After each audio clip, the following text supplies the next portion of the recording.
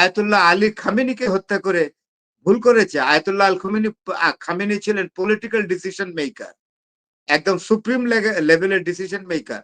উনি শাহাদত বরণ করার পরে তো নাই, এখন চলে গেছে আইআরজিসির কাছে, আর্মির কাছে চলে গেছে, সোজা ডিফেন্সের কাছে এখন যুদ্ধটা চলে গেছে। এবং এই ডিফেন্সের কাছে চলে যাওয়া ভয়াবহ। এখানে সিদ্ধান্ত দেওয়ার কেউ নাই। এখানে একজন ধর্মীয় নেতা এসছেন, যিনি ভাইস প্রেসিডেন্ট ছিলেন, তিনি অ্যাক্টিং রিলিজিয়াস লিডার হিসেবে আসছেন, supreme religious leader. But thing is that war is totally controlled by IRGC. এবং এই যুদ্ধ থামবে না। যে আমরা যতটাই মনে করছি, এমনকি ডোনাল্ড ট্রাম্পও মনে করছেন যে উনি খুব শর্ট টাইমের মধ্যে যুদ্ধটার একটা কনক্লুশন ড্র করে ফেলবেন, এটা হচ্ছে না। এত অল্প সময়ে উনি আর পারছেন না। কারণ একটি কথা আছে, উনি ছড়িয়ে ফেলেছেন বেশি, এখন সেটাকে টেনে এনে জমানো খুব টাফ। কেন? যেমন সর্বোচ্চ নেতা নিহত, সেনাবাহিনীর প্রধান নিহত, প্রতিরক্ষা মন্ত্রী নিহত, মোট 15 জন ইরানের ডিফেন্সের সর্বোচ্চ পর্যায়ের 15 জন নিহত হয়েছে ইসরায়েলি সাডেন অ্যাটাকে। আমরা মনে করেছিলাম কি শেষ, ইরান বোধহয় আর ঘুরে দাঁড়াতে পারবে না। কিন্তু এই 15 জন নিহত হওয়ার পরে রেডিক্যালি দেখলাম একটা চেঞ্জ আসলো। এবং আমার দৃষ্টিতে আমি সারাদিন এগুলো দেখলাম যে ইরান রিটেলিয়েটিং অ্যাটাকে চলে গেল, যেটা আগে দেখিনি। 15 জন নিহত হওয়ার আগে আমি এটা দেখিনি। তারও একটা কারণ ছিল, যখন জেনেভা এবং ওমান যে ইয়েতে ছিল আলোচনাটা, সেটাই কিন্তু একেবারে মানে ইরান কিন্তু ডিলের কাছাকাছি চলে এসেছিল, নিউক্লিয়ার ডিল। সেই সময়ে ঠিক চলাকালীন সময়ের শেষের দিকে একজন আমেরিকান অ্যাম্বাসেডার, আমেরিকান জার্নালিস্ট তেহরানে ছিলেন এবং আয়াতুল্লাহ আলী খামেনির সাক্ষাৎকার নিচ্ছিলেন। আয়াতুল্লাহ খামেনি ডাইরেক্ট বলেছেন যে আমরা we are very close to have a settlement, particularly on the issue of nuclear deal. কিন্তু শেষ পর্যন্ত হলো না। তার কারণ কি? এই যুদ্ধটা চাপিয়ে দেওয়া। কারণ ইসরায়েল চাচ্ছিল যুদ্ধটা হোক। আসলে ডোনাল্ড ট্রাম্প ইসরায়েলের পাপেট হয়েছে, বিশেষ করে নেতানিয়াহুর পাপেট হয়েছে। নেতানিয়াহুর একটা স্কিম আছে কিন্তু, যে গ্রেটার জিউইশ স্টেট, সেখানে সিরিয়াকে আনবে তারা, লেবাননকে নিয়ে নিবে, ইভেন কি মিশরেরও অংশ নিয়ে নিবে, জর্ডনকে নিয়ে নিবে, সব মিলিয়ে তারা বিরাট জিউইশ স্টেটের খোয়াব দেখতেছে কে? নেতানিয়াহু। এবং তারই মহাপরিকল্পনায় আমি যেটা মনে করছি, নেতানিয়াহুর এই ইভিল মহাপরিকল্পনায় পা দিয়েছে ডোনাল্ড ট্রাম্প। তা নাহলে যেখানে প্রায় কাছাকাছি চলে এসছে ডিলের, সেখানে কেন যুদ্ধটা শুরু করে দিল? আর যুদ্ধ তো ইরান করেনি, প্রথম আক্রমণ করেছে আমেরিকা এবং ইসরায়েল একসঙ্গে, সাইমultaneous এটা, তাই না? অনেকেই বলছে যে 15 জন মেরে ফেলছে ডিফেন্সের আপার লেভেলে ইরানের, আর তো ঘুরে দাঁড়াতে পারবে না। কিন্তু হিতে বিপরীত হলো।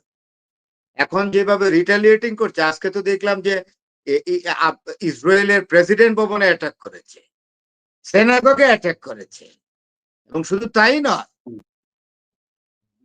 বেনিয়ামিন নেতানিয়াহুর যে office, grand office of the prime minister of Israel, attack হয়েছে।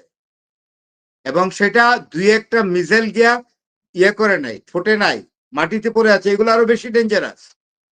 মাটিতে পড়ে কোন রকম টাচ লাগলে এগুলা ভয়াবহ ভাবে বাস্ট হবে। আমি তো দেখছি entire তেলাবিব is under A serious apprehension. সুতরাং আর ইরান কিন্তু ভেনিজুয়েলা না, ইরান একটা বিরাট দেশ, জিওগ্রাফিক্যালি গ্রেটার দেন পাকিস্তান। ইরানের অনেক বড় বড় শহর আছে এবং শহরগুলার পাদদেশে প্রায় বড় বড় পর্বত আছে, পর্বত সংকুল ইরান, চারটিখানি কথা না। সুতরাং ডোনাল্ড ট্রাম্প মনে করছে তাড়াতাড়ি যুদ্ধটাকে ড্র করে ফেলবে, তাড়াতাড়ি কনক্লুশন নেবে। No, impossible. আর যুদ্ধ তো এখন পলিটিক্যাল লিডারশিপের মধ্যে না ইরানের। কারণ এই লোকগুলোকে হত্যা করে কিন্তু ভুল করেছে, বিশেষ করে আয়াতুল্লাহ আলী খামেনিকে হত্যা করে ভুল করেছে। আয়াতুল্লাহ আল খামেনি ছিলেন পলিটিক্যাল ডিসিশন মেকার, একদম সুপ্রিম লেভেলের ডিসিশন মেকার, উনি শাহাদত বরণ করার পরে তো নাই, এখন চলে গেছে আইআরজিসির কাছে, আর্মির কাছে চলে গেছে, সোজা ডিফেন্সের কাছে এখন যুদ্ধটা চলে গেছে। এবং এই ডিফেন্সের কাছে চলে যাওয়া ভয়াবহ।